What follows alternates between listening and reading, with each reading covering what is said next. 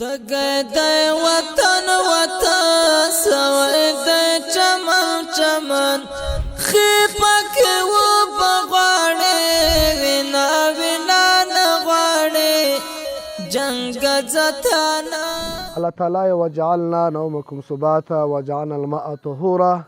الله تعالی وایي ما اوبه پاکې ګرځولې دي.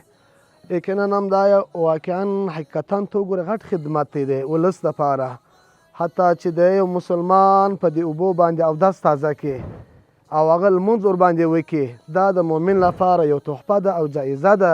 حالانکه دغه زموږ څه بغلته چې دا جامعه ده، د جمعې لمونځ هم پکې کېږي او دا د مدرسې شاګردان دي. دا حقیقتا چې دا هر حافظ د قرآن دی چې اودس ورباندې تازه کړي، همداسې د جامعې چې لمانځه ته راسي او لمونځ ورباندې وکړي. حالانکه مولانا اشرف علي تهنیوي رحمهم الله مبارک یو لنډه واقعه بیانومه. هغه وایي زه خپل مرشد ته ورغلم، خپل پیر ته ورغلم، په مرضي باندې اخته وم، دغه زنګونونه مې درد کوي. حالانکه هغه زنګونو څخه ډېر فاضاب هم لا علاج مرضي وه.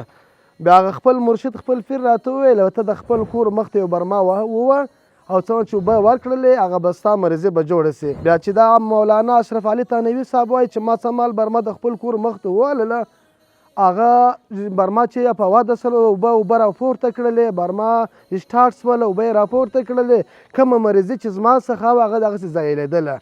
نو الله تعالی دې کس ته خیر ورکړي، هم د خدای پاک د ده څخه ګناهونه لرې کړي، هم د رب تعالی په دنیا او آخرت کې اجر ورکړي. موږ د دې کسانو شکرګزار یو، رب تعالی یې د نعمت البدل ورکړي. الله تعالی دې خیر درکړي. السلام علیکم ورحمت الله.